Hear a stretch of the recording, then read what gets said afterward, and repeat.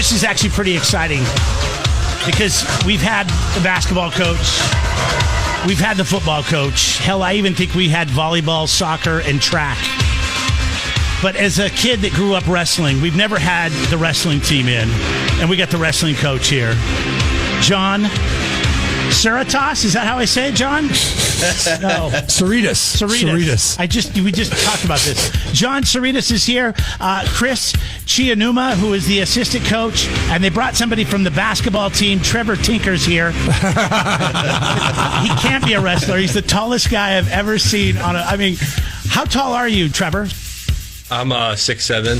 6'7". Coach John Cerritos, Cerritos, are you? I'm just going to call you Coach John. Is that the tallest wrestler you've ever seen? I believe so. Yes. Yeah. I mean, how did you not go up for the basketball team, or what happened?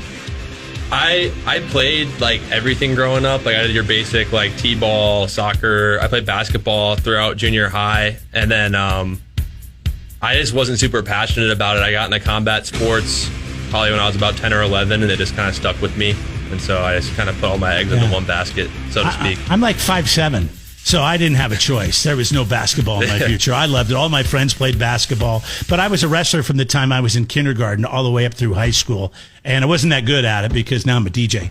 But instead of a UFC fighter. But it's great to have you guys in. They've got a big event coming up. Jeff knows more about the event, November 15th and 16th. It's our alumni weekend, so we invite back all of our former wrestlers and families and supporters and get a pretty good turnout each year.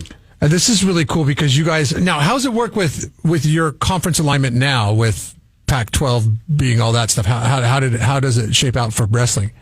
So great question. Pac-12 is going to continue to support wrestling. Okay. So we have a 1-year grace period this year with minimal programs. There's only 4 currently. We have to get to 6. We got 1 more additional year to get to 6, and then after that, hopefully we'll be set moving forward. So Stanford is coming up on the 16th of November. Correct. And this is an outdoor meet. Are you playing with fire? You know, when you look at how's it work from a weather standpoint? Well, fortunately, we live in SLO, so we got about a 98% chance of perfect weather, right?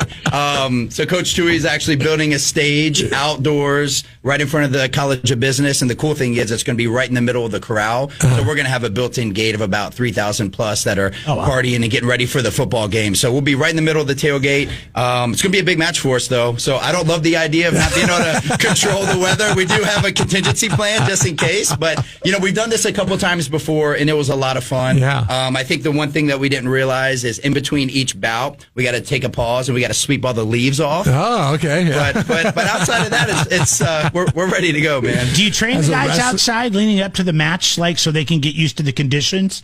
Like, you know, instead of being inside, you're going to be outside. Do we have to do some practices, some challenges outside?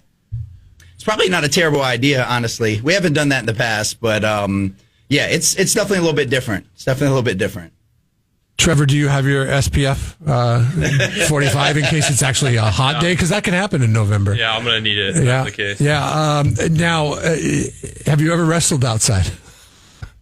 No, I think this will be my first time. Yeah. Okay. All right. This will be interesting. It's part of a big weekend. You guys got other things going on, and I don't know who wants to speak to it, but you guys have a benefit dinner and a golf tournament. Tell us a little bit about those events too. Yeah, that's correct. So our Mustang Wrestling Foundation, it's a separate 501c3, and their primary focus is to help support Cal Poly Wrestling, and they can help fund certain needs that the institution is not allowed to per NCAA. So additional coaches, additional training partners, off-season training events. So our foundation has been up and running now for about 6 or 7 years. They do a phenomenal job.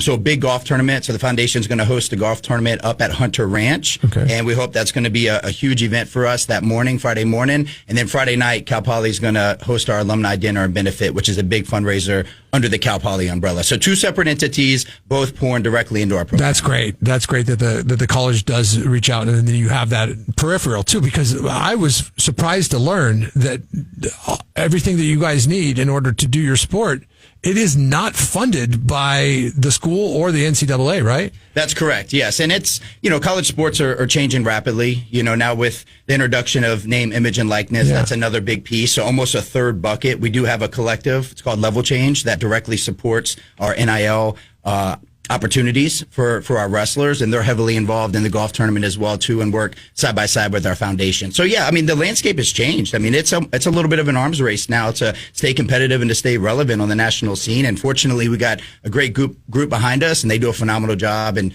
helping us move the needle and make sure that our guys have what they need to compete at the Who's the best golfer in the room? Yeah, wrestlers aren't good golfers. Hey, Chris, this microphone over here.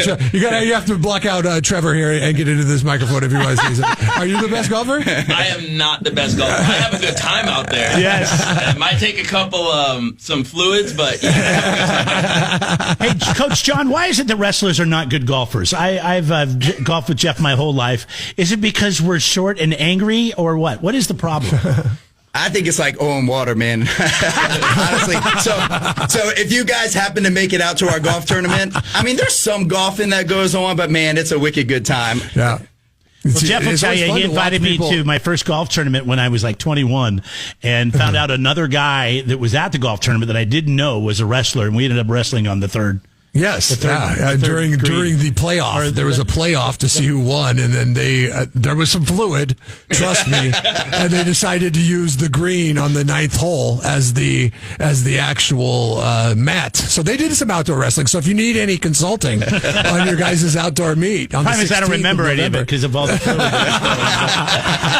That was 20 years ago. You guys are going to fit right in. It's going to be a lot of fun. Well, this is cool, and you know, Cal Poly historically as wrestling is such a huge program, and you know, learning a lot about the game changing so much. This fundraising is super important to what you guys do.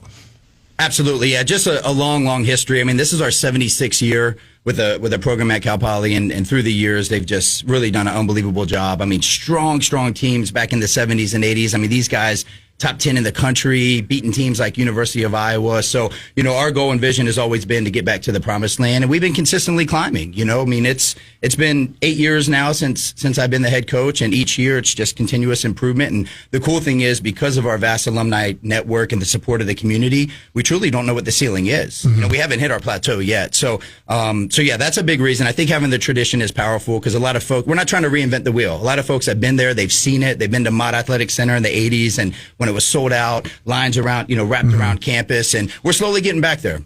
What's the best wrestling movie of all time? Oh, God, Vision Quest. Yeah, there you go, Chris. All right. Yeah. How could you not? Okay, listen, I'm not even a wrestler. Neither was I a karate person. But whenever somebody says Karate Kid is better than Vision Quest, I turn into a wrestler. I'm like, no, that is not the case. That is not the case at all. And it's got a great soundtrack too. Oh, yeah, amazing soundtrack. Well, guys, thanks for coming in. So Friday, the benefit dinner, that's cocktails and silent auction, and dinner and reception, and that's at the rec center at Cal Poly. You can contact the people at Hunter Ranch if you want to get involved. Is there another contact for the golf tournament as well? Yeah, so if you just go to Cal Poly's website, we'll have all the information up. And even though the golf tournament's ran by the foundation, which is a separate entity, it's a great partnership, and you'll be able to find all the information on our website. So gopoly.com, just click the wrestling tab, and everything will be there. And that's awesome that the get to the barbecue early if you're going to the football game, because you're going to be pleasantly surprised at seeing a wrestling match outside. And maybe you can play a little lunatic fringe going there at the barbecue. Thanks for coming in, guys. Absolutely. Yeah, thanks for having us. Go Poly. Jeff and Jeremy in the morning. Don't miss a moment. Subscribe to the podcast on Google, Apple, YouTube by clicking on Jeff and Jeremy at KZOC.com.